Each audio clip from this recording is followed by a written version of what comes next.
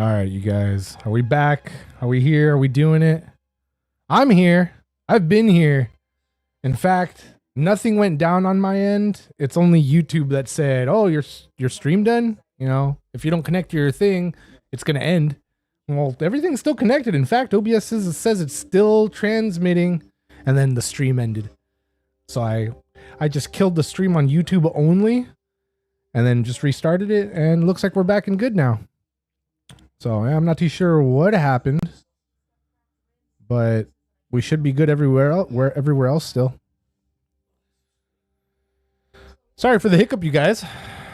Hopefully we're all good.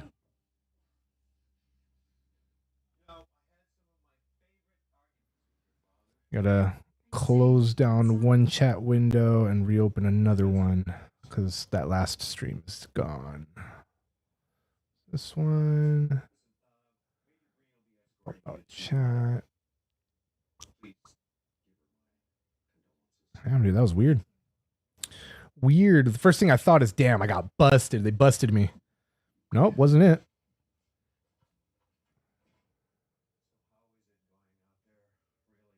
But YouTube's really laggy. All my other chat windows opened up, but YouTube's window is just taking forever.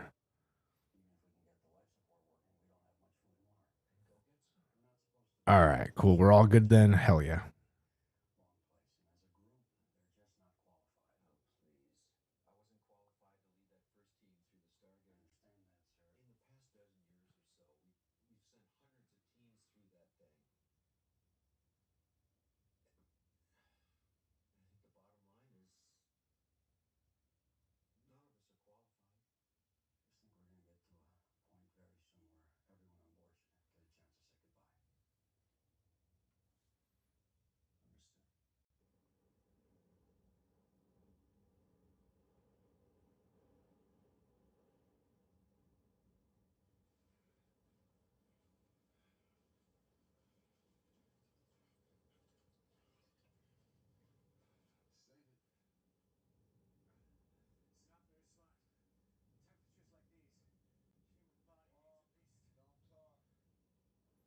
Yeah, sorry, you guys. Everybody watching, my bad. I don't know what happened, but we're back and good.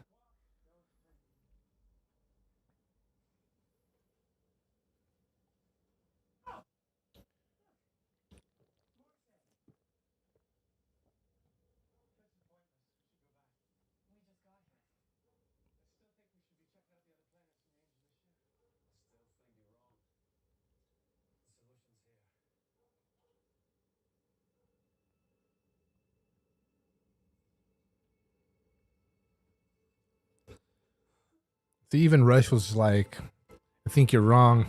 I think the solution's here. So he knows. He definitely knows. Definitely knows more.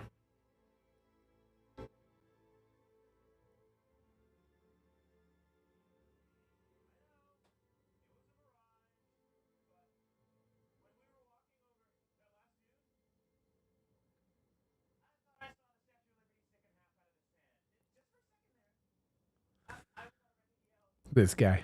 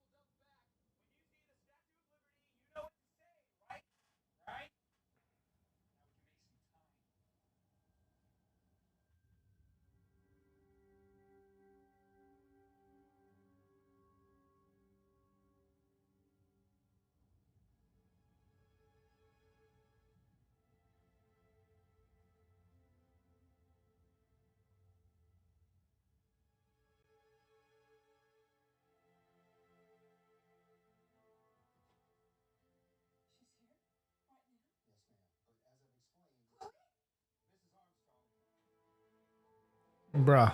It's not her, bro. It's her, but it's not her, bro.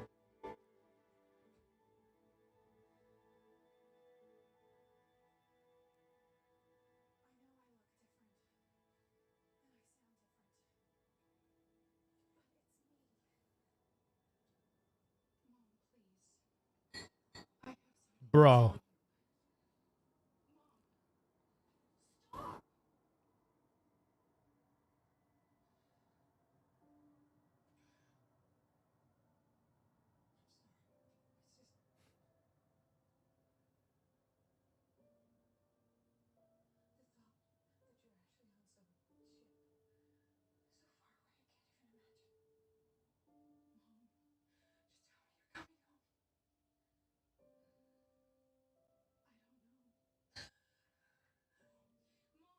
Bro.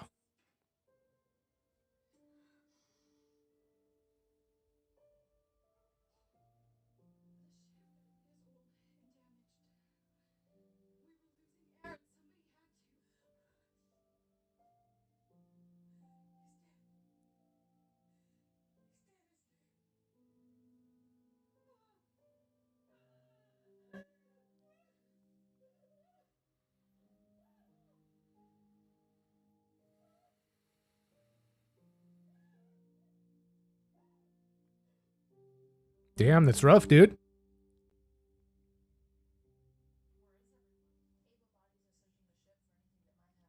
Life, huh?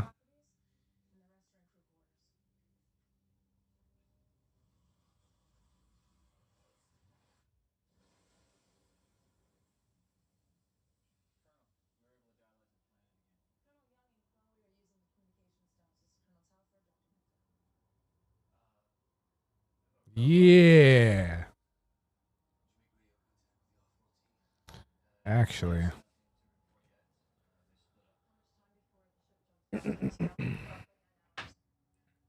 I gotta get some scrapes going.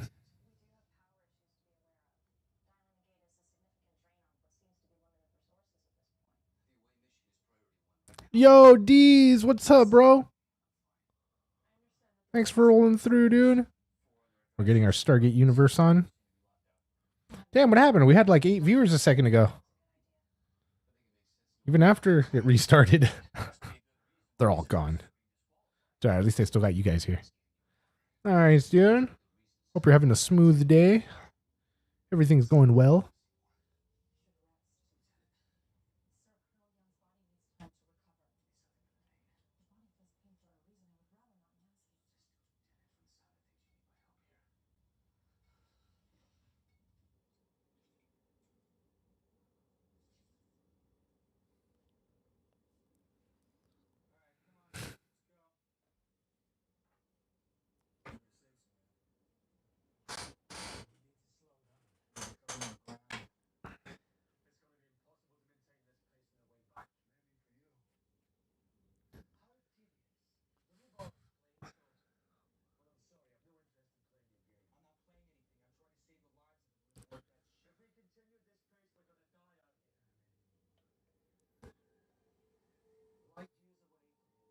Yeah, I've never seen Naruto.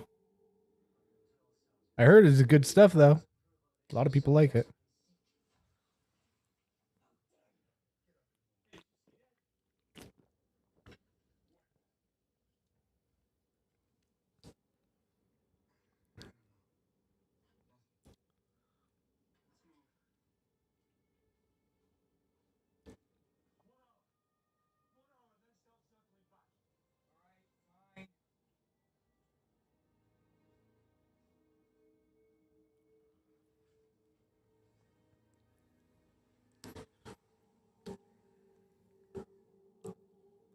Start of the day here. Hell yeah, dude. Well, I hope you have an excellent day. Do work. Get stuff done. Work hard. And then party harder when you're done.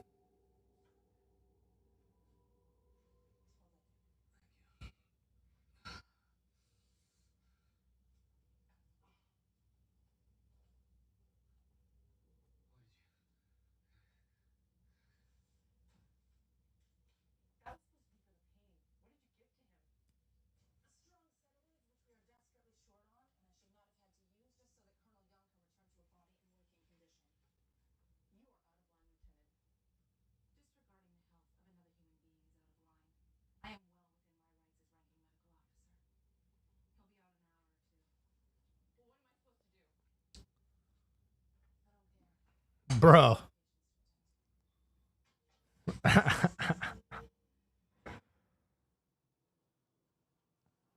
Hi, Dubu. What do you need? What do you need, Bogo? What can I do for you, Bogo? Ugh.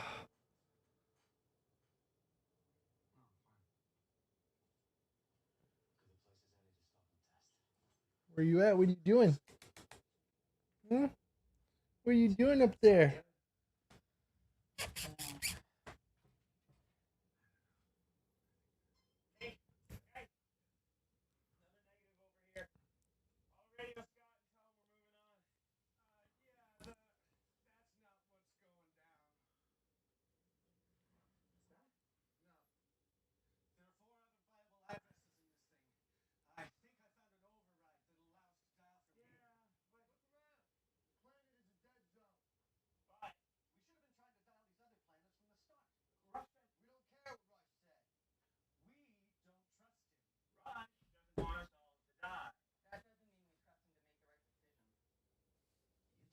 What are you doing?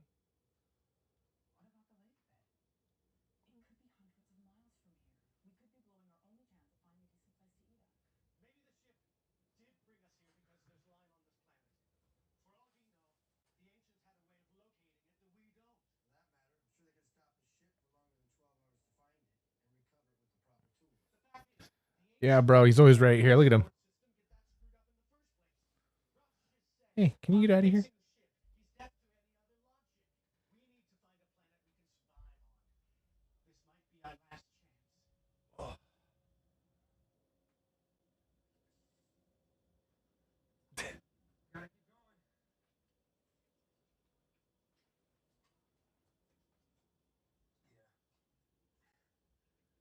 What? What can I do for you? What can I do for you?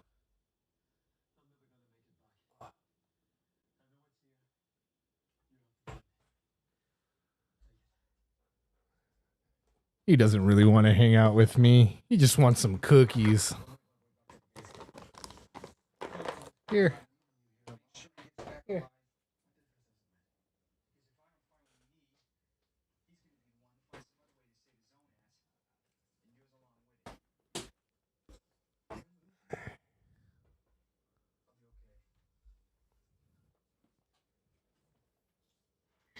Hell yeah.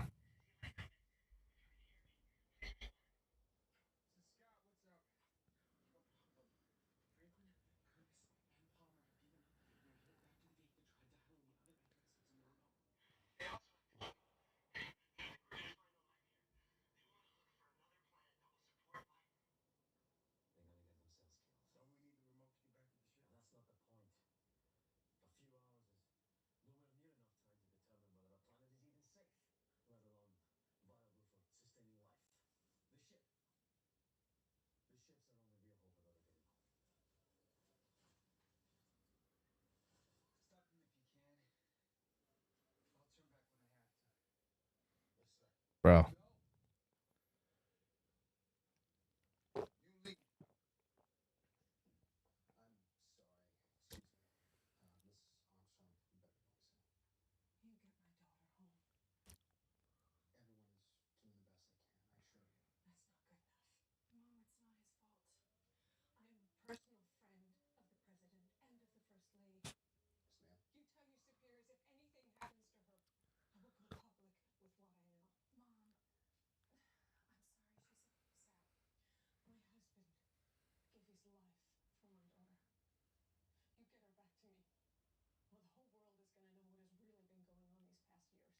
Like she knows that much.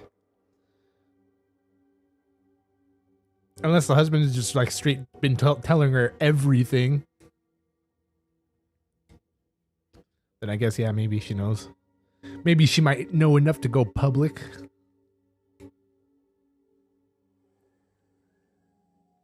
Oh shit, what's that?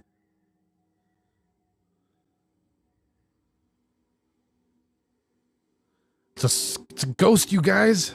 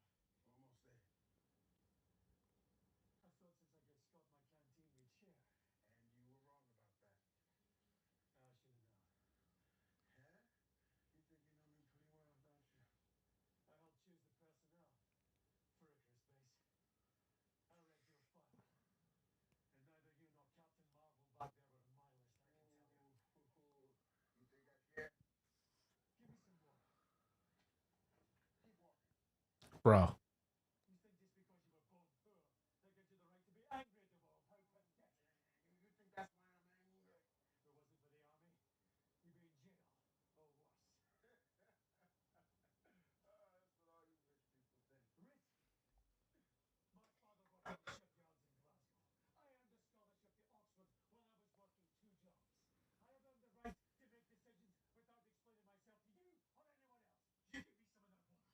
Tell him, Rush. Get your ass kicked, Rush. Yep. Bro.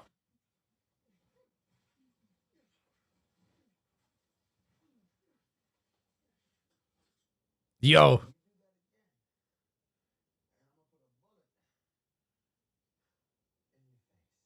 Bro. Bro.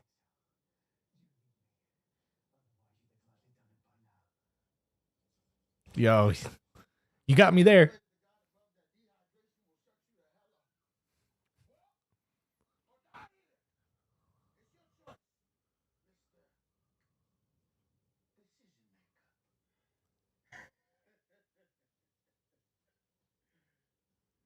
I can't read fast. I can read fast, but well, you guys have seen me read. If I'm not too busy tripping over my words or saying the wrong word, it doesn't stick. I'm one of those people that reads a paragraph and then when he's done reading the paragraph is like, well, what was that about? Hold on. I gotta like concentrate on what it's saying. And I have to like, but if I do like the whole skimming real quick, like it just doesn't stick in one eye and out the other, you know?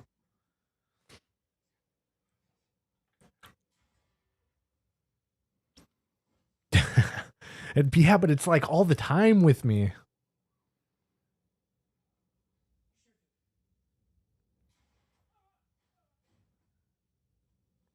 But thank you, bro. I'm glad you guys got my back.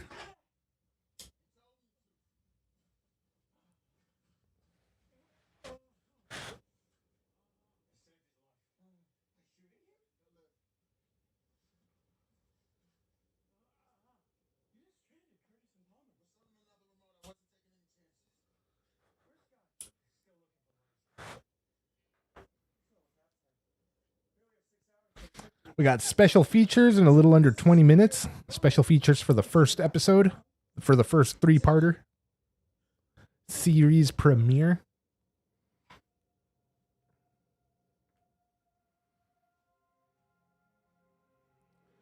The series premiere.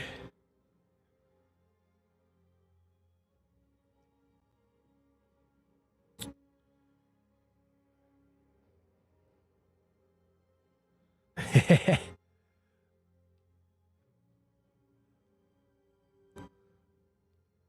be amazing.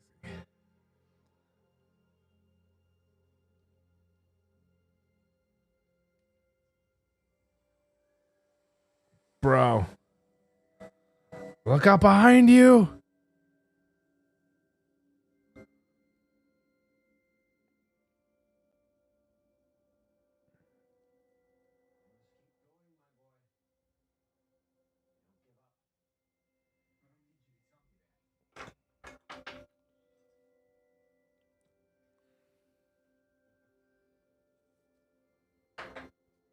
Damn, dude, you can almost see my hairline. Ugh.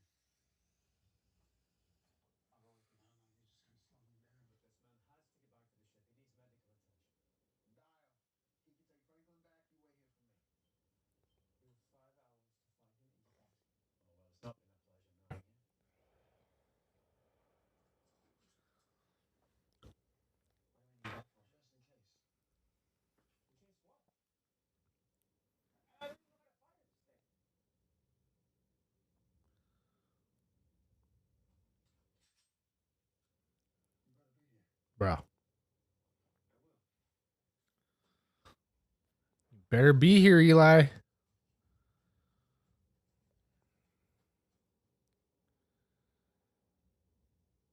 This guy. That's how I was when I got my first gun.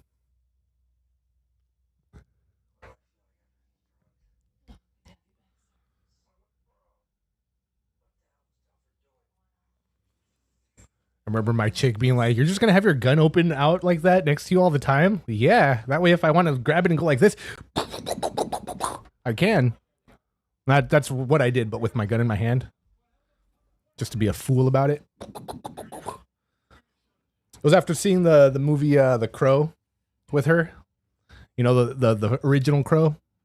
Those guys, the gang guys, the gang, they pull out their guns and they just do that. That's like their little thing that they do. And they say something when they say it, when they do it. Yeah, we saw that, and after I got my gun,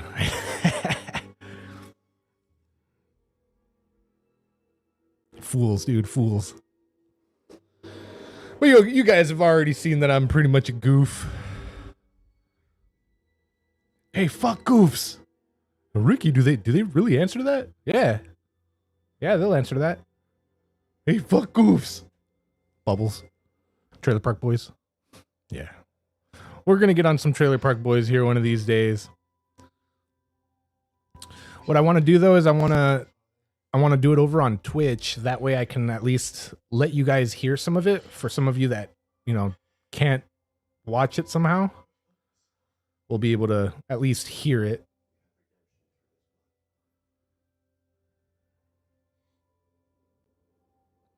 Oh, shit.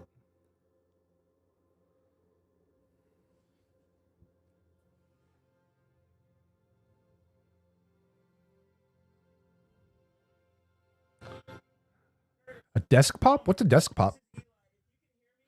Crazy. Not a desk pop. Desk pop.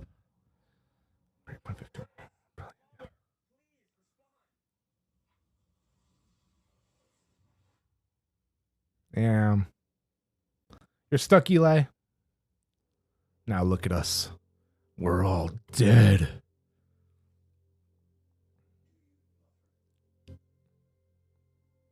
The other guys, oh, that movie. You know, we'll have to do a watch party for that movie. I don't remember that movie. I think it came out around the time that I was working at Blockbuster, maybe 2007, 2008. But I don't remember seeing it. I probably saw it, but I don't remember what it was about. Mark and Mary Mark? Mary Mark? Or Marky Mark?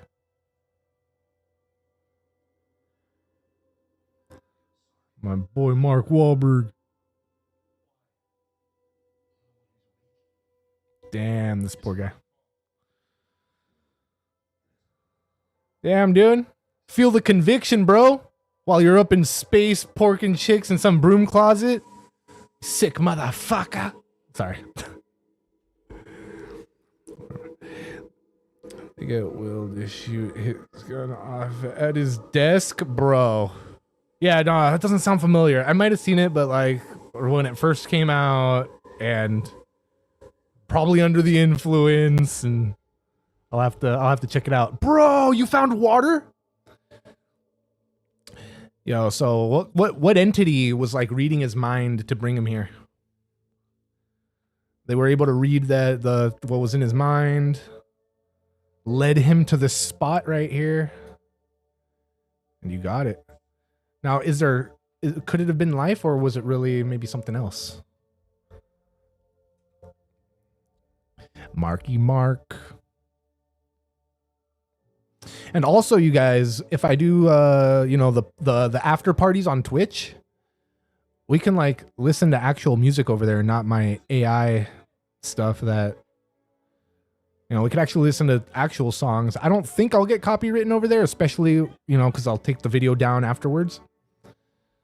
But like not like over here on YouTube that tells you live in the moment when you're messing up. Damn, dude, he's all stoked. I'd be stoked too, bro. We found water in this desert. This is the last little bit of water on this whole God's forsaken planet. That's classic. The story of Gator. Story of Gator. Ah, dude, that's another. You're just filling me with more questions. What's the story of Gator? What's Gator? I haven't heard about that one. Dude, the other guys is classic. All right, we'll have to check it out. We'll do it. We'll do it. Especially because Will Ferrell and Mark Wahlberg. I like both of them. They're both great.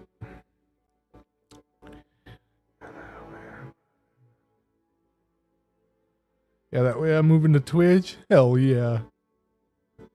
Join me. Yep, exactly, dude. You know.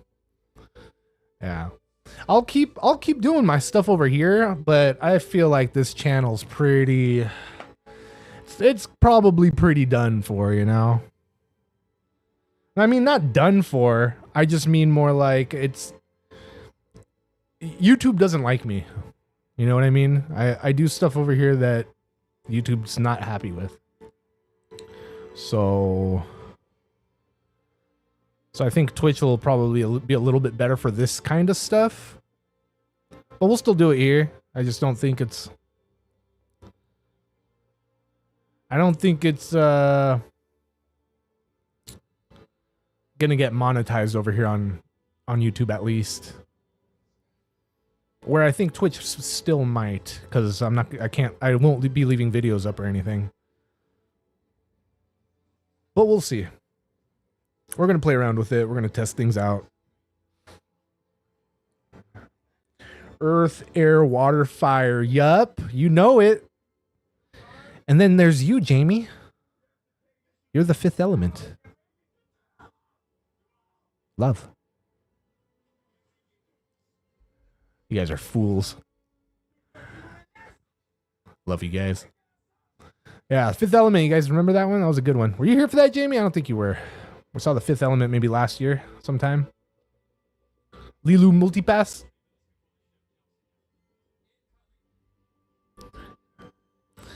It's not really. Everybody blames the algorithm and the algorithm this and the algorithm that. I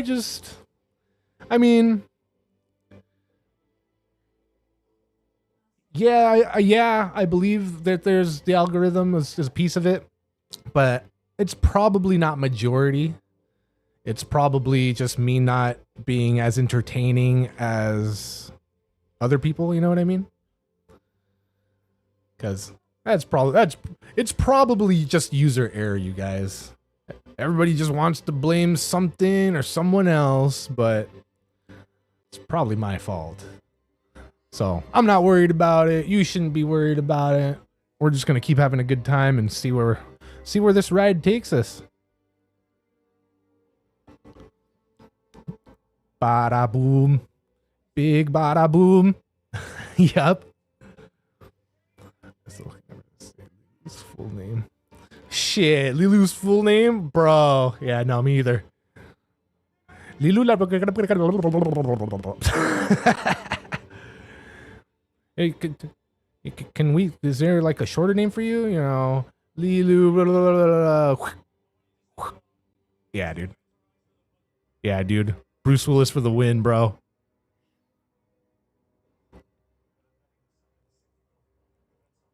Lilu Corbindell Multipass is her name.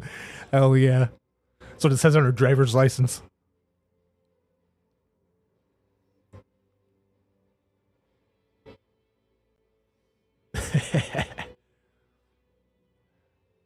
Oh shit, here we go.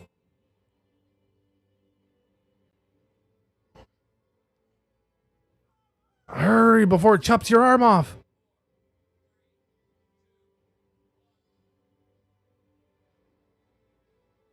Yep, it's because his arm's in there, dude. Longer than 38 minutes. But will Destiny's bounce without him? Hell no. Even Destiny knows no man left behind. Look, my cat's watching the show with us. You can see him right here. He actually like watches the screen. So dope. Yeah, I'm talking about you.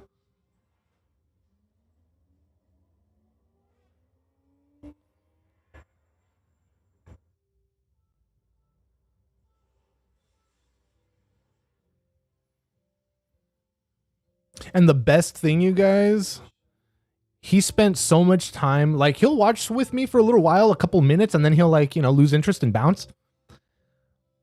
But the one thing that he hung out and watched with me the most, where he actually sat in the chair and just looked up at the TV, was Revenge of the Sith. Star Wars Episode 3, you guys. My favorite Star Wars movie. Like, bro, all I could think was like, yeah, that's my fucking cat right there. That's my guy. It was perfect. The whole beginning of the movie from the battle over Coruscant all the way to pretty much after Anakin landed the half the ship of Grievous's ship onto the planet. Pretty much until after that. So like probably a good 15 minutes he was hanging out watching. He was watching the whole lightsaber fight with Dooku and Anakin. Dude, it was great.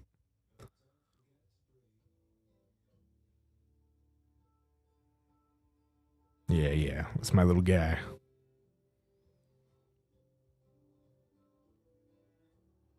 Addams Family and Trailer Park Boys. Dude, that's dope. That's so cool, dude. So like what your pet's favorite shows are. That's awesome. I mean, it's like yeah, dude. I know having an actual kid would probably be like a million times the same thing, the same feeling, but like better, stronger, or whatever. But like, dude, fucking love my cat. And like when he does shit like that kind of like resembles me, I'm just like, dude, that's my little homie.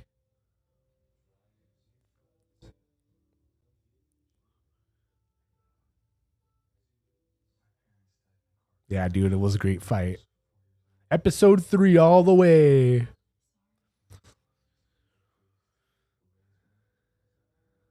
He likes music from there but doesn't watch. Hell yeah. It's funny how every animal has its own personality. Like you think they're just cats or they're just dogs, but you have different ones and you're like, dude, you're so different than your brothers or sisters or the one that I had 5 years, 10 years ago, whatever.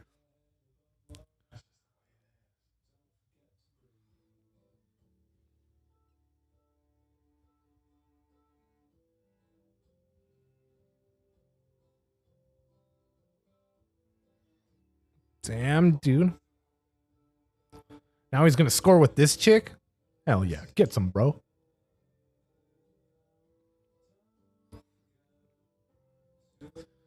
Get himself a piece of pie head over there.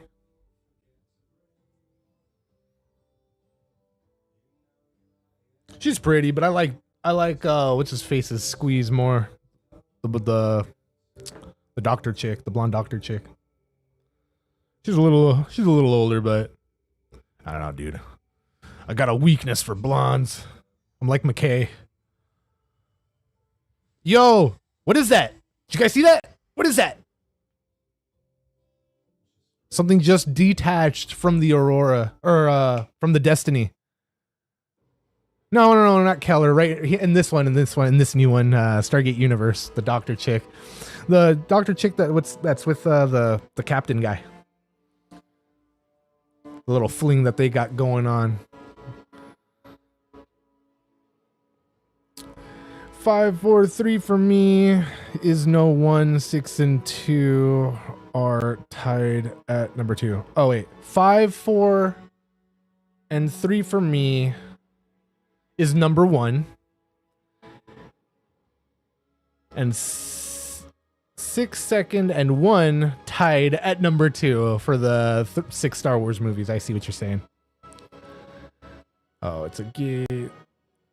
Yeah, they do that, Jamie.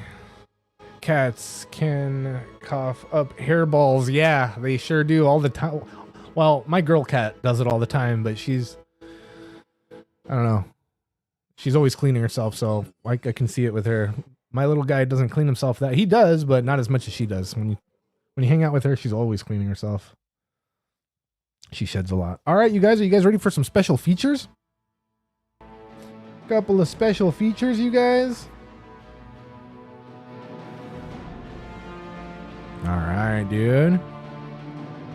Let's see. Extras, special features.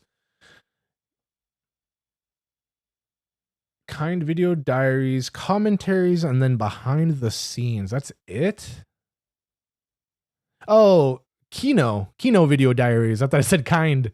All right. So Kino video diaries from the... So when he said it's the Russian thing, I guess Kino is just like a Russian translation for like film or cinema, something like that. So I guess that's what it meant. Since he's making like little movies with it. All right, everybody good? We cool? Destiny is in the galaxy with gates. Yeah, Star Wars, yes. Star Wars is my #1 fandom. Respect 51, hell yeah. All right, you guys, here we go. Kino video diaries. Oh, I guess there's 6 of them. All right, let's see what's up.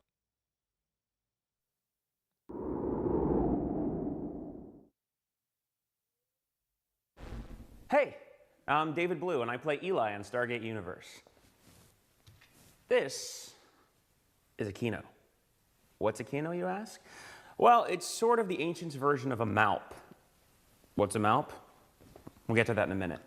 It's what Eli and the other characters on Stargate Universe do with the Kino that brings us here today. It's pretty cool. I think you're going to like it. But you know what? I'll let Brad and Rob explain. A Kino is a flying ball that has a camera in it. It actually was intended to be used by the ancients kind of as a Malp. They would send it through the gate. It would take pictures and get readings of environment and basically let you know whether it was safe to go to the planet. It uses some sort of anti-gravity to fly around and in turn and photograph and record images. Very useful when you want to know if there's dinosaurs on the other side of a Stargate. Also very useful if you want to record the events of your life on a ship that you happen to be stuck on.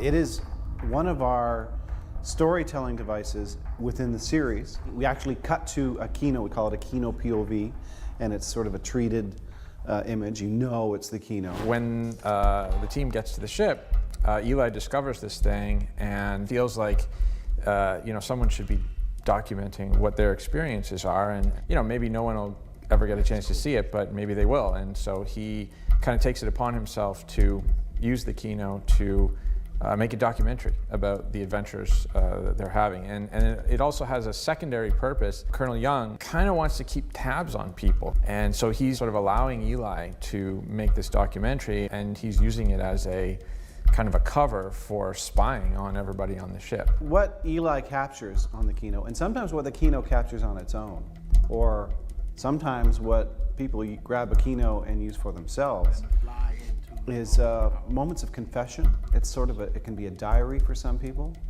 but more than anything else, it's this voyeuristic device. It captures scenes of life on the ship. And we can then allow the audiences to see those things. A little taste of a moment on board the ship. Not necessarily parts of the episode that we're seeing, but just maybe the moment before or the moment after, or just a personal moment. You don't even realize why we're doing a Kino moment of somebody having a private conversation. We thought it would be kind of an interesting additional material gathering device, allow us to kind of give people a sense of the community on board the ship outside the show. It's basically more material. It's more show.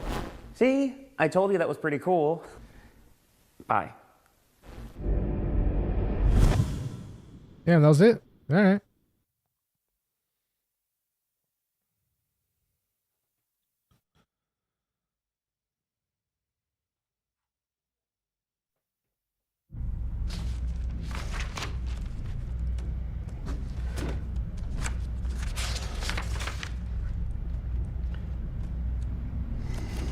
I didn't say you could use that thing to watch me. Bro. Get out of here with that thing. Oh, what? That was it? I'm gonna have to zoom into what he was writing. This is one of the many corridors aboard the Destiny. This one leads to the communication lab, I think. We're still finding our way around, but fortunately for you, I have a pretty good sense of direction.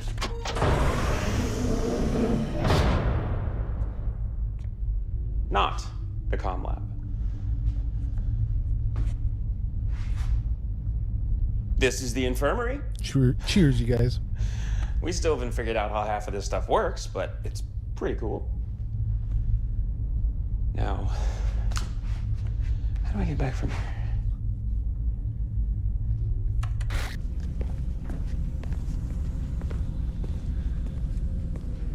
Okay.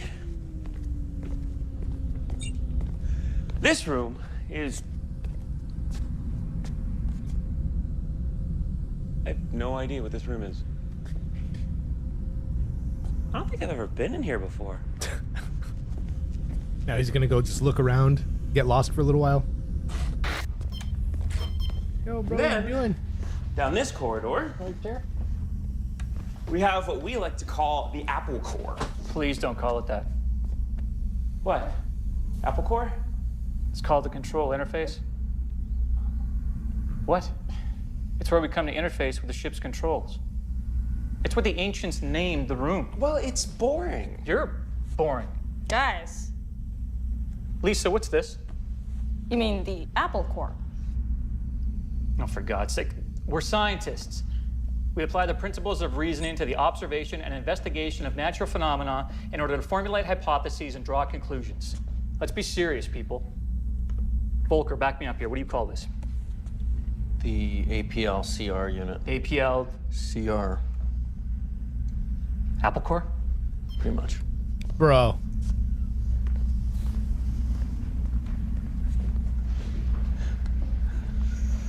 Bro. And this is my favorite room in the whole ship. This is the Stargate room. Look at that. Isn't it something? I like the other gates Rush more. figures that this gate predates I like all the the first others one we more. know of, like a Yeah. prototype. The first It's one the I only like way the we're ever most. gonna get home. Atlantis is cool, but I like the original. Maybe it's the red chevrons, orangey red chevrons. I don't know. Maybe Yeah, because I that has don't to do know with their more names. ancient Egypt. I was into ancient Egypt stuff, like when I got introduced to this show. This is Chloe's so room. like finding this show, Pretty close. Just gonna coming see what she's from up like to. a love of mythology and stuff, I was just like, damn, dude, this is my show. And then it got a little out there with the mythologies after season 3, might not 4, be in 5, there. 6, but Colonel Young tries to keep everyone pretty busy. it's a fun ride. I loved all of it. First gate was always the best. Yeah, dude. I like the Atlantis gate. Hell yeah. Nostalgia, man. Yeah, that's pretty much what it is for me. Like, the other ones, these are cool, but just other the side first of one this is just hatch like, is a bro. vacuum. If I open that door right now, I'd get sucked out into a giant compartment that's open to space. Oh, unless we fix this one. The chevron looks like Braille. Yeah, yeah.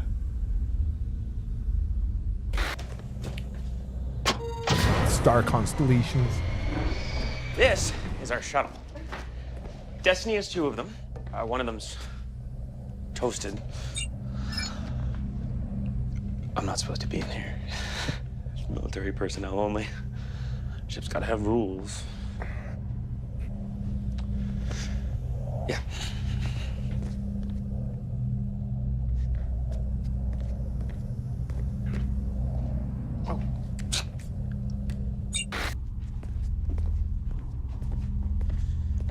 And this is my room.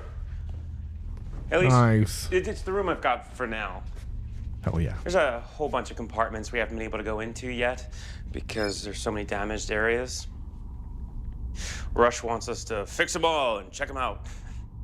The Colonel would rather us concentrate on things like getting home, food, water. I agree with him. Mostly. Anywho, that is a few compartments for now. I gotta get to sleep so I can get up early for calisthenics with Sergeant Greer, who I'm pretty sure hates me. So, Is that it? All right. Oh, wait.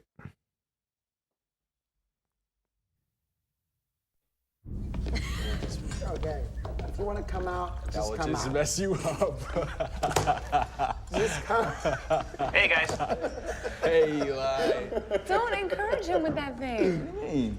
The colonel caught him spying on your girlfriend using a keynote. No. No. You mean Chloe?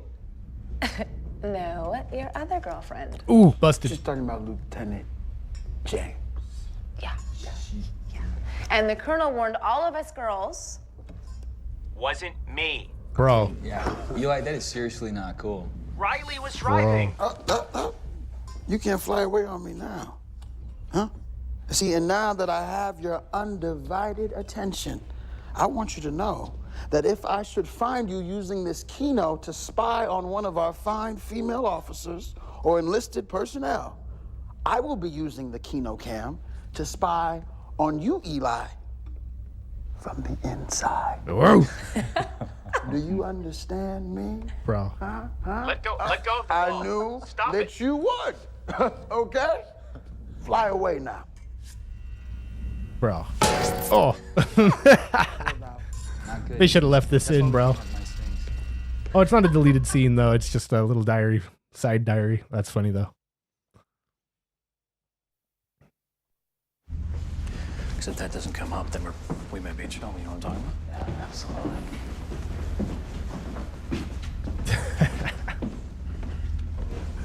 Good. You know, he's probably looking for some too. That's good. Trying to white knight, or Where'd you get it? yeah, I guess I'm not telling you. Black Knight, I think he has more, though. What do you want for it? Half a protein bar ration. Black Knight satellite. Freaking hate those anyway. Well, good. You want half of this, you give me some of your ration. I got the light. I can get a light. Go ahead. Ask around. All right. Okay, all right.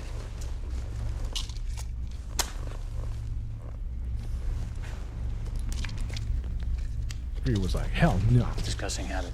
Awful, isn't it? not on my watch, bro. Hey, whoa. Yeah, dude, Relax. small tokes, bro. Hey, Busted, bro. Busted.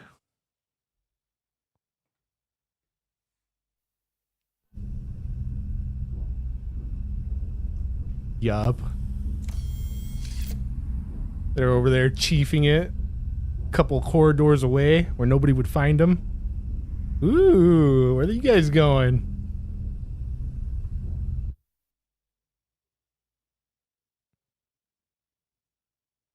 Oh, bro.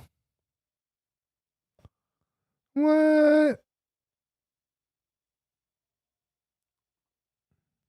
Are we busted over here? Damn, do they not like the Stargate universe?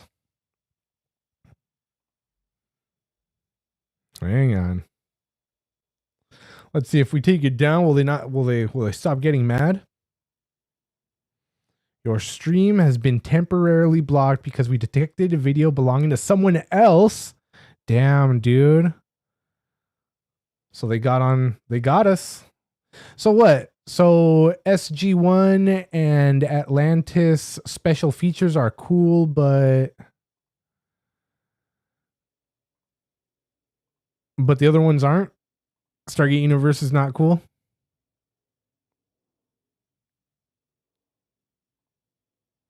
Yeah.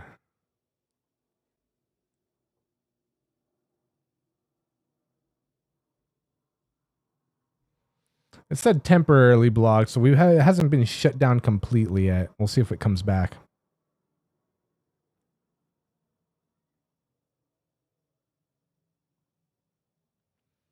We'll see if it comes back. We'll just give it a minute.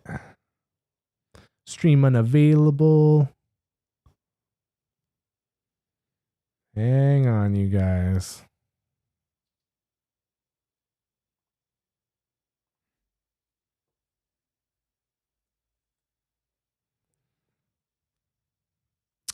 Yeah, I'm here.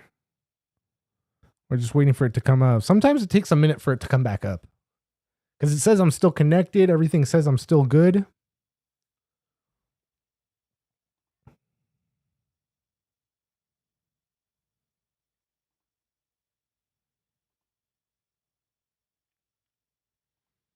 And then for anybody else watching anywhere else, just give me a quick second. Oh, there it is. So we're back live on YouTube. We're back. It didn't cut it completely. Hey, I guess they don't like special features from Universe. SG-1 special features were fine. Atlantis special features were fine. But they're not down for Universe special features, I guess. It says, detected everything. We're blocking your stream temporarily. So we're going to finish off the special features because they're the deleted scenes. They shouldn't catch me with that because it shouldn't be, it's like, well, they shouldn't anyways, unless they have it somewhere saved as copywritten, but they just, I don't know. We'll see. We're going to finish them off. We're going to finish the deleted scenes. If I disappear and you still wanted to catch them, there's Twitch, Rumble, and Kick, where I'm all at right now live. My streaming buddy, same name. So yeah, if it cuts out again and you guys want to finish it, because if they cut me off again, I might be gone completely. I might kill the stream where I won't be back for the rest of this stream. That's why I try to save, some of these till the end where if they end up getting us, they can get us where we at least got our watch party in. But yeah, so we're just going to watch our deleted scenes. That was all of them, right? We saw all of them right now? Or are we still on? Did we have one left?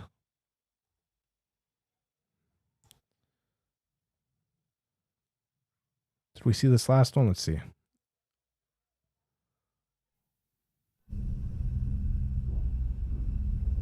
Yeah, we just saw this one. Okay. Let's go to the deleted scenes, and if they cut us off, like I said, you can catch me on the other platforms to watch the rest of it, or I'll post these videos when I'll clip them and put them up on the channel by themselves, also the special features. So if you don't get to catch, if they cut my feed and you don't get to catch it, I'll try to have videos come out, unless they cut those two, but we'll see. All right. Here we go. Yeah, we don't need commentaries. Just behind the scenes is good. Oh, snap. We got a few. 1, 2, 3, 4, 5, 6. All right. Let's start it here, I guess, and hopefully we'll get through these.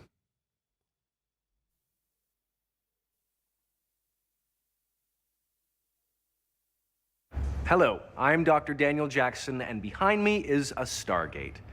Found in Giza, Egypt in 1928, we now know it was originally built millennia ago 51, what's up over on Twitch? Thanks, dude. Over the next few hours, we'll be touching on some of the things you need to know about the Stargate and how it works. There are 39 symbols representing star constellations, as seen from Earth, capable of transporting people, objects, hundreds of thousands of light years you're moving over there via anyways? an interstellar Hell yeah. wormhole. Within the Milky Way galaxy, a 7 symbol address is used. And remember, anybody that The first watches 6 over on symbols Twitch, lock there's down like a in point space, system while that the I got over on 7th Twitch. represents the The longer point you of watch, the origin. more points you get, and we'll be When a using connection those is points made for something between later two on. I'm not too stargates, sure what an yet. unstable energy vortex emerges from the gate. It settles into the event horizon, or puddle, as we like to call it. You don't call it puddle. Later, it was discovered that using an 8th symbol would actually dial another galaxy. It is believed an unprecedented amount of power is required to reach the near mythical 9 chevron destination. Icarus Base was established on a planet discovered 2 years ago to have a uniquely powerful core made of the mineral Nequadria. The entire purpose of the project is to hopefully one day dial the 9 chevron address found in the ancient database.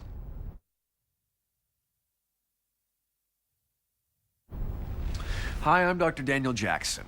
When we first stepped through the Stargate over a decade ago, Dude, if you're on it, if you got it, if you're able, that's the one. I mean, we should be good over there when YouTube which burrows kicks into the my body ass. of the human host and takes complete control. It was the Goa'uld Ra who Jack O'Neill and I defeated on the very first mission through the Stargate. Woo! Ra, along with many others of his kind, had posed as an ancient Egyptian god in order to enslave a transplanted human population. In fact, the identity iconography, and wardrobe of pretty much every ancient god in human history has been purloined by the Goa'uld to dominate and enslave humans on other planets for thousands of years. That is until Stargate Command, along with the allies of Earth, managed to defeat the Goa'uld in the early 21st century. Yeah, dude, this is what he was watching. Hi, I'm Dr. Daniel Jackson. Now, you've heard the term hyperspace for years in sci-fi movies and television shows, but what does it really mean? Well, basically, we live our lives in 3 dimensions plus time. That's another DVD. Bro. Hyperspace, also called subspace, is another dimension in which certain laws of physics, like the speed of light or the effects of relativity, don't apply. Now, by entering hyperspace, a ship can travel vast distances at speeds many times the speed of light and return to normal space once it reaches its destination. The actual math of how it all works is still highly classified, and I'm not completely sure I understand it myself, but it's how most advanced races get around the galaxy when they're not using a Stargate. Yeah, dude, I love it. This is great.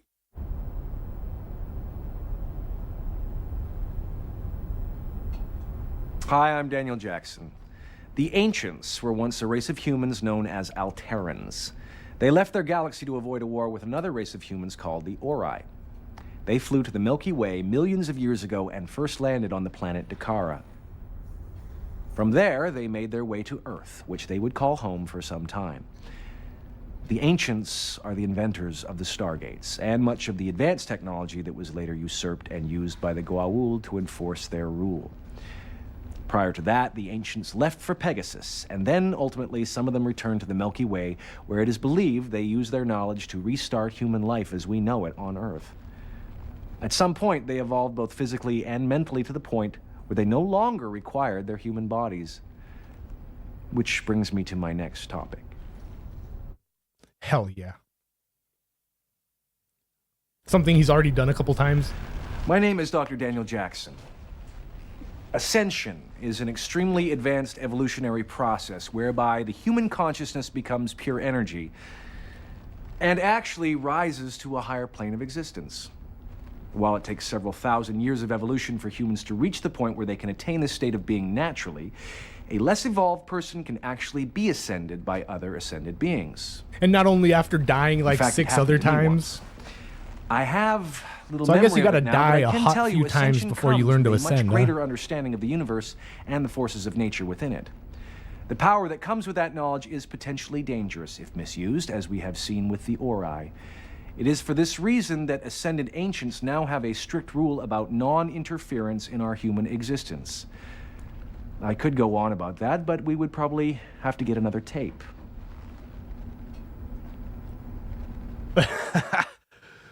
Hell yeah, dude. And to think the W was the special features with Daniel Jackson. I'm Dr. Daniel Jackson. The Lucian Alliance is an organization of humans from a number of sovereign planets who have taken control of the resources and technology left behind after the Goa'uld were defeated.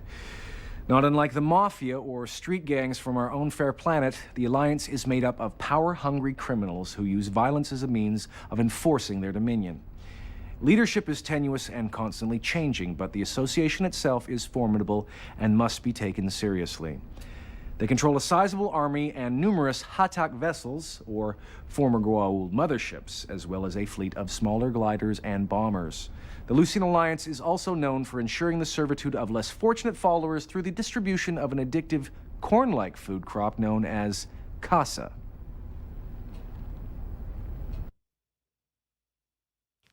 Hell yeah, dude. All right.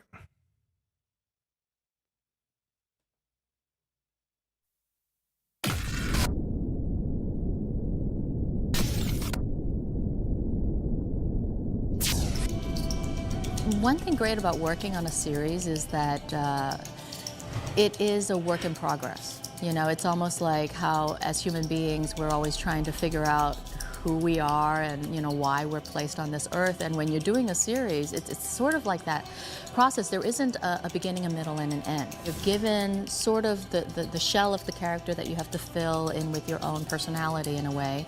And then, you know, you get surprises. You get thrown these situations where you're like, well, how would she react? Who is she? And would she be bitchy about it, or would she crumble and be vulnerable? It is such a character-driven piece. They want those elements to be as real as possible and as fresh and as surprising for us as actors to play as it is for the audience to discover. What's great while getting to know the cast is most of us have had theater training. Most of us are used to the ensemble work and thrive in the ensemble. And that's really, really important on a show like this. The element about this that's so intriguing for me working on a sci-fi project is all this imagination that you have to do on top of it. I love my job. One day I'm a doctor, next day I'm a lawyer, and next day I'm flying through outer space. Like the other day, I called up some of my buddies who are huge Stargate fans, and they're so excited. They can't wait to come up to Vancouver and visit me. And That's so I cool, went dude. through the Stargate, you know. And it's just fun, you know. It's one of those, like, being a kid and fantasizing and, you know, getting paid to do it. Yeah, dude. Nice.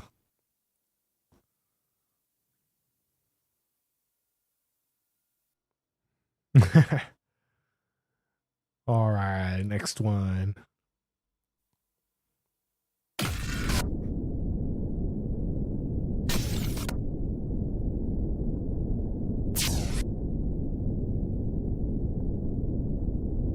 If I get a script, I devour it immediately. I go around pestering Brad and Robert all the time saying, so what's gonna happen with this? And then what's gonna happen with that? Just because as a fan of stories, not even just science fiction, but as a fan of stories, I wanna see how plots play out and twists play out. So when I'm at home and I'm reading a script for this show, and I get to any kind of plot point, I immediately start thinking, oh, is that gonna end up like this, or is that gonna end up like that? And then you get the next script and you find out that, whoa, I didn't even realize, you know, in the story that the way that I saw Eli's past is like this, but with this script, I'm realizing it's actually more like this, and you kind of have to find your way. It's a puzzle, and every day you get a new piece. You can try to have an idea of what the puzzle is gonna end up looking like, but there's just no way to know. It's the little things. It's so easy with these characters in the first episode to say, oh, I hate that guy. But then as you go on in the season, you see how these relationships evolve and how because of the situation, the Yo, ideas Vietnamese evolve. style. Thanks for You rolling really in, have bro. to prepare a lot because it's not like you spend loads of time rehearsing. Everyone is over-prepared. Everyone knows exactly what they want to do and what they're thinking when they show up. But because of that, you show up and you go to do the scene and you realize that the other character is not at all behaving the way you thought in your mind when you worked on it yourself. So you're always, in a good way, on the edge of your seat, on your toes. You have to be. Ever since I was a kid, sci-fi has always been something that I love because it's fiction and fantasy rolled into one. So when the role first came to my attention, I immediately was excited about it, especially having watched Stargate, SG-1, and Atlantis. It's a world that I'm comfortable in and that I like watching. So when it finally came down to them offering me the role, I mean, I was beyond excited. Day one, working, my first scene I ever shot was with Robert Carlyle, just the two of us, in front of a green screen on the Hammond. And I just walked in and went, I'm at work. I'm at work right now. This is my job. And it was just this great feeling. That's so cool, dude.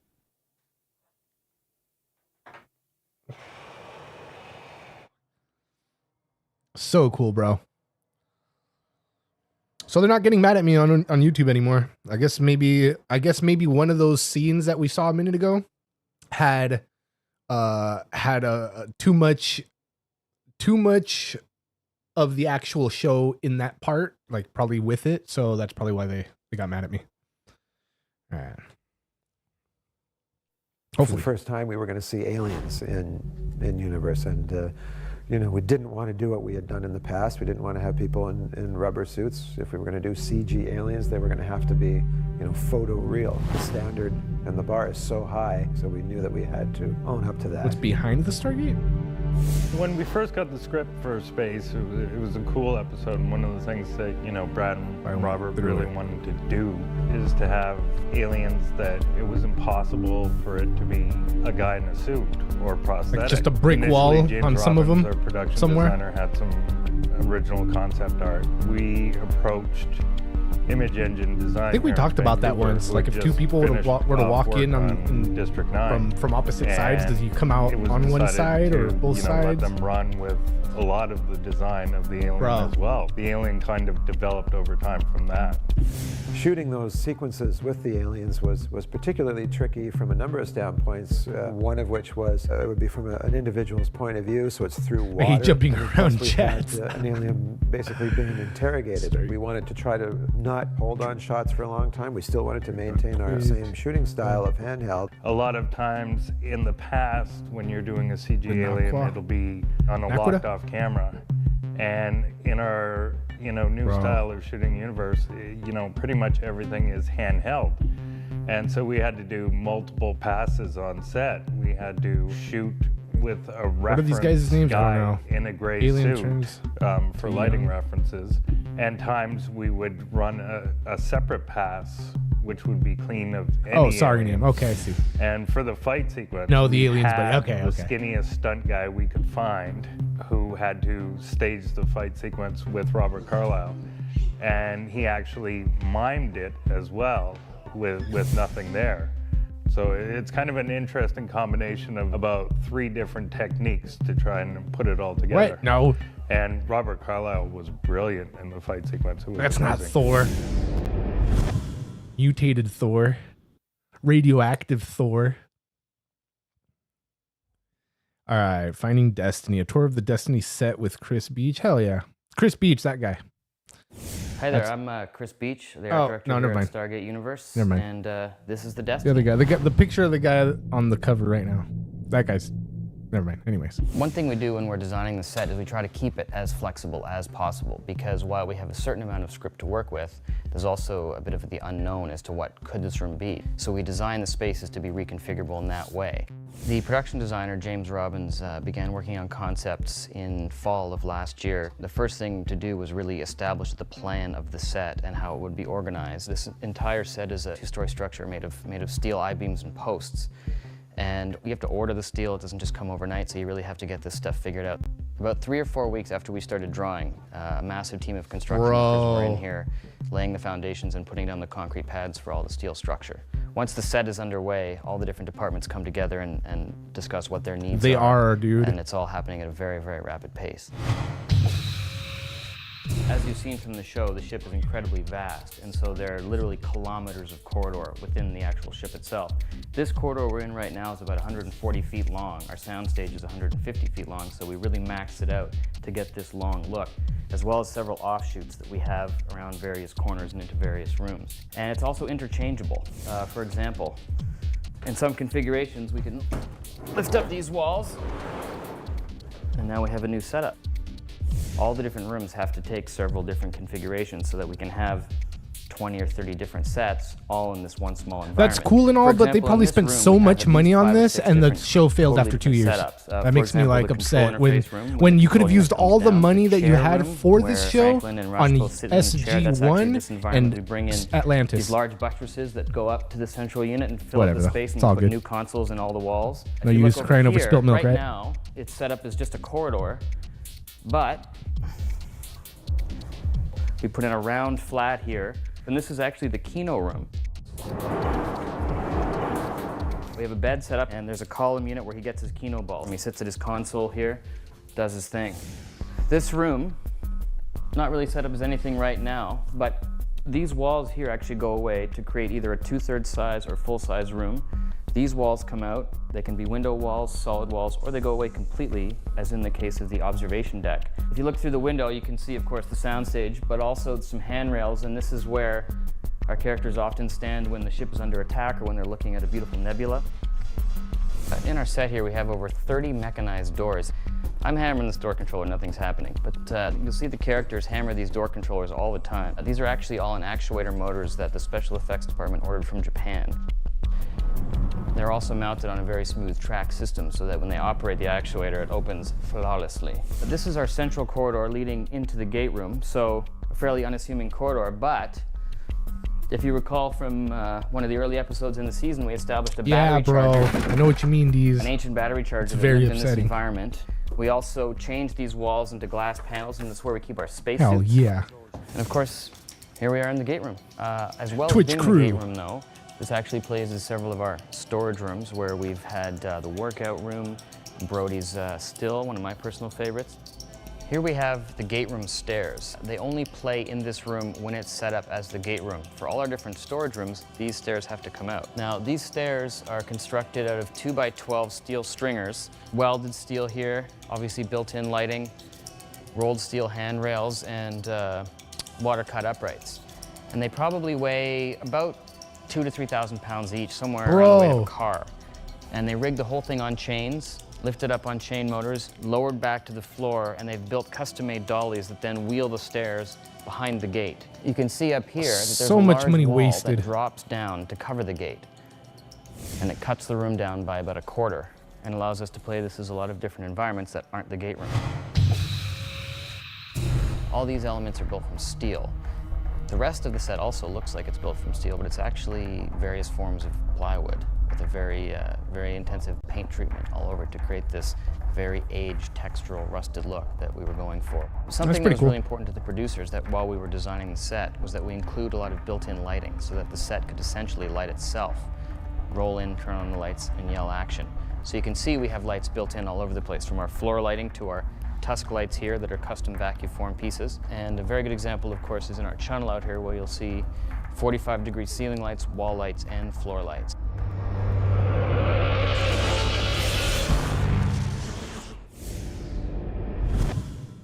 Damn, dude. Wild. All right. David Blue, an interview with the creators of SGU. If you ask, where do you get your ideas? Yeah. You're done. You're done.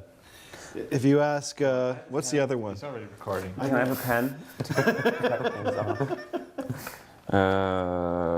Anyone else have any questions? Go ahead. We'll be gentle.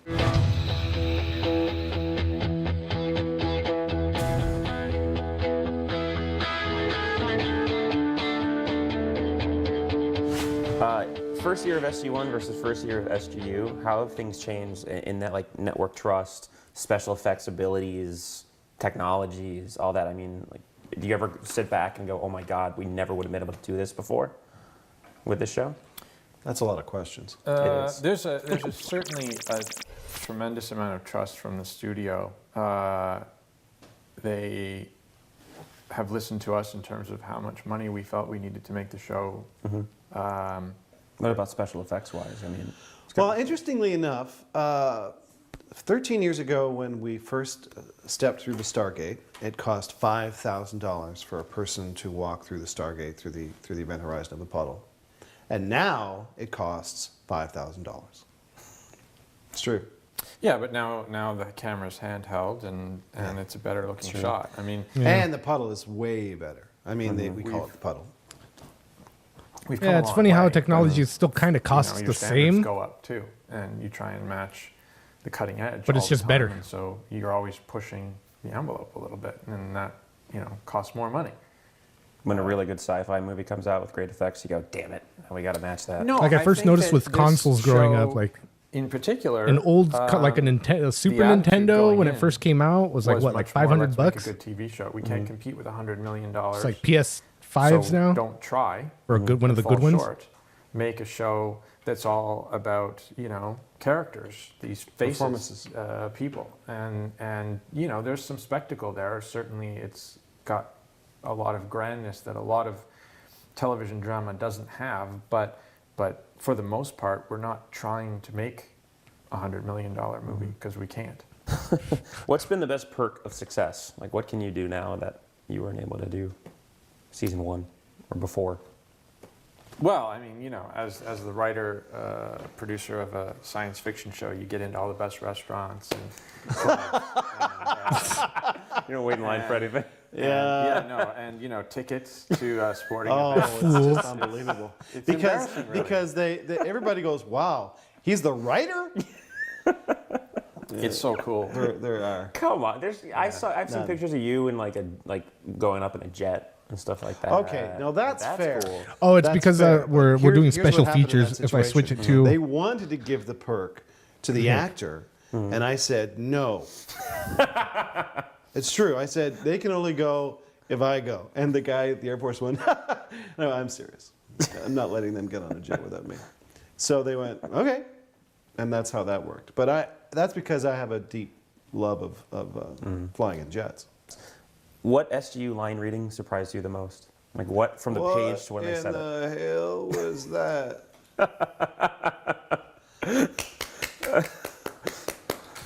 Great. I'm sure you get this all the time, but which character do you most see yourself in? I guess, yeah. Where you at, Francois? No crazy censors here. But now I feel like a lot of money on the set. Yep. A tired captain of a ship. Best I restaurants. find when you write characters together, when you co-create characters, which is what Rob and I do, and when you're handing a pilot script back and forth, I was writing Rush too wordy, and so he was saying I'd get a draft back and there'd be fewer words, and you know, the characters aren't the creation of just you or you know, especially when you co-create something, and then it's a combination of you and the performer. What their voice. As soon as you guys open your mouths in the read through, we went back and started. You have to change everything because you know, the actor is 50% of the equation in character creation. Well, actually, oddly enough, that's actually the very next question I was going to ask: is what character changed the most from the page when you first wrote it before you started casting to the actual airing of the first episode? It's a great Camille's question. character changed quite a bit, I would say. Aside from the name. Yeah. Well, I mean, he just brings something so unique to the equation, and that came across in his audition. When we saw his audition, we realized that, you know, he was going to play a lot of notes off key, which is great. I mean, you're never quite sure what you're going to get. If you could magically snap your fingers and take away right? doubt that the fans have, whether it be from before we premiered or still lingering now, just change one thing in them about how they feel and what they're expecting, what would it be? The thing that's happening with the fan response right now is so funny because the sci-fi fans love to post their opinions, and you can go to a number of sites, but you know, one that isn't even related to go to IMDb, and this show is brilliant. It's cutting edge. The drama is great. This show sucks. It's one of the worst things I've ever seen. I love this show. The characters are so rich. The characters are terrible and boring. The writing is great. The writing sucks. I mean, it's just, and I guess all I can say is, I like that that there's the visceral reaction. I mean, tepid is death. You know, it's adequate. It's not gonna something if people are passionate one way or the other, at least, you know, they've been moved. And the funny thing is, there's a lot of people who are online saying, I hate this show. Everybody go to IMDb and say something good about Stargate. Yeah, so they took the time to.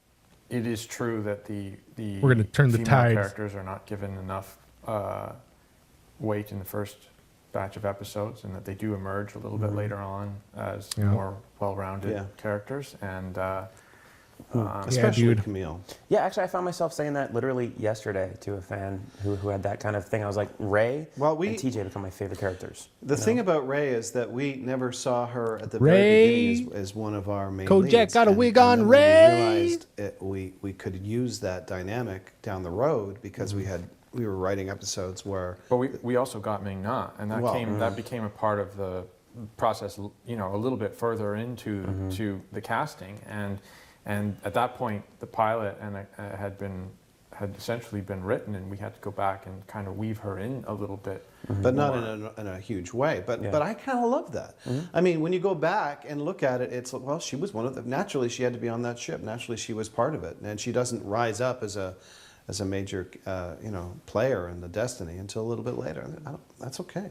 Before the official cast were announced, a few of us, I think maybe all of us, you guys called us, like conference called us directly to talk to us. Was that kind of on that same line to see how you gelled with people? To see if you wanted to work with them? Or is that just more to get a feel for how people were? No, I think we had an idea about the kind of atmosphere we wanted on set. And I think that it was important to us, and we had learned from past experience that it was important to get to know people a little bit as people, because a lot of what you're going to bring to the table as an actor is going to come from you. I had a conversation with Jamil early on, because he was, I think, a little nervous and a bit uncomfortable about how to play his character.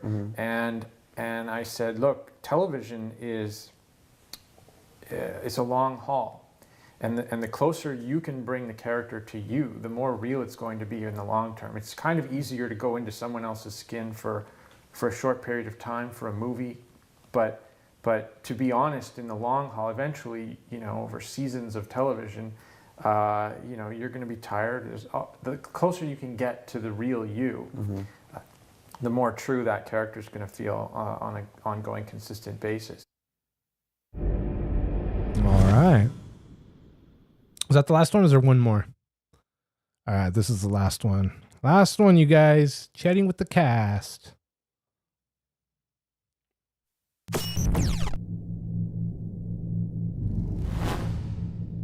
My name is Peter Calamis, and I play science engineer Adam Brody. So I am kind of quickly put to work on the monitors, trying to figure out the ship, how it works, how the gate works. My first day on set was working the gate. I thought it'd be like 3 months down the road and say, "Don't worry, you will see the gate soon. Don't worry." I thought it'd be one of those things, but no. Day one, walk in, there it is. And that helped out from an acting perspective, because we didn't know what the Destiny was going to look like. They didn't show us the ship prior to doing the scenes on the Icarus base. So literally, we were going through the gate not knowing, even as actors, what was going to be waiting for us on the other side. That's pretty cool. Immersed, bro. Every supporting cast member I know, when we get scripts, we go to the last page to see if we're dead. It's pathetic. As time went on, you'd sit with some of the wardrobe people, makeup people, and you start talking about the characters and all that, and they're like, "Oh, you guys have nothing to worry about. You'll be around." And we're like, "Well, I hope so. I really hope." Yup. The cast gets along great because everybody is really cool. I showed up. I didn't know Patrick Gilmore at all. Never heard of you. I saw you on TV, the Very Comedy unforgiving. Network. Did you laugh? No, I didn't care for your comedy. Yeah. You're a lot funnier in person. I think that's a compliment. I'm totally happy when I'm here. My wife even says that. I mean, I get here earlier than I have to be. I hang out, but it's such a cool place. Everybody is very cool. Just yesterday, we actually took our class photo of all the cast and crew standing in front of the gate, just over here. And right afterwards, it was me, Jen, and Patrick. I just kind of turned to the two of them and just said, this was kind of a distant dream of still being around to be able to be in that photo. And Ganymede. It was a cool, I'm getting chills. I'm not even kidding. It was a sentimental moment for me. Just to still be here and be a part of this family, because this place is awesome. All right, you guys, there it was. There it was. Here we were. We started Stargate Universe. We ended the first disc. Episode 1, really. 3-parter. Got it done. Handled, finished. And we all had a good time while doing it. They tried to silence me over on YouTube, but we got by the skin of our teeth. Thank you guys for hanging out, for being here, enjoying with me the party of the watch. So let's see, we'll be back. Maybe we'll be back later. It's actually already pretty late. No, we'll probably be back tomorrow. Maybe early again, like we did today, so we can get some of that Windrose out with Zonix tomorrow. Hopefully, maybe we'll see. I want to play some more. some more pirating around on the seas. But we also got Crimson Desert to play. We got Pokemon Fire Red. We got more Minecraft we want to get into. I did some fishing and let's see, what did I do? Fishing and like getting my crops and planting more, like not on stream. So I've got some supplies now, but I didn't build anything. I didn't go anywhere. I didn't mine anywhere. We still got to find diamonds. So like everything's pretty much where you last saw, except now I have more food and I did a lot of fishing. Found some good items. I found some enhancement books. Can't use them yet, so they're just kind of chilling in a chest. So we'll see how that goes. Tomorrow night we'll be playing some games with the fellas. We'll play some Dark Tide. Play other games during the day. Hold on, I'm getting behind on the chats here. There's a lot of things available and read. Compliment. Oh yeah, dope though. Yeah, dude, we had a good time. Everybody, omnipotent. Whoa. Easy, you guys. You guys give me too much credit. Thanks, guys. No, dude, no need to be sorry, man. You were here at perfect timing. We had a good time. We'll be doing more later and tomorrow, and as long as we can, and as long as they let us do it. About to get in some Minecraft. Hell yeah. Get some in there. Do it. I'll stop by and hang out a little bit.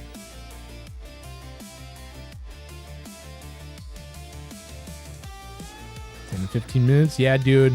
We'll be there, bro. For the Emperor. All I fear is failure. All right, you guys. Well, thank you guys for hanging out. Everybody that was here chilling. Let's see. D's, Vietnamese Style, Area 51, Jamie, Bella Truth. Well, hold on. I'm scrolling. What is that? I could have swore we had some more people in here. Oh, you know what? Since the stream got killed earlier, there was probably more people. Well, if I missed anybody, which I'm sure I did, Francois, I'm sure was probably here. And whoever, oh yeah, wait, was Gojo here? Gojo, if you were here, thanks for coming through. Everybody that was here, thank you for hanging out. Bots, lurkers, all of the above. Thank you guys for being here. Thank you for watching. Appreciate your guys' time. I'll be back tomorrow, hopefully around the same time that I was here today, earlier, if not earlier. I don't know, we'll see. I play it by ear for the most part, but we'll be back as soon as possible. I hope you guys have an excellent night. 51 will be playing some Minecraft. If anybody wants to go over there and check it out, I'll probably be in chat. Thank you guys for hanging out. I will catch you guys on the next one. Peace. Buddy's got a screen, a global scene, pixels dancing bright across the lonely night, streaming faces shine. Click the link and cross the line.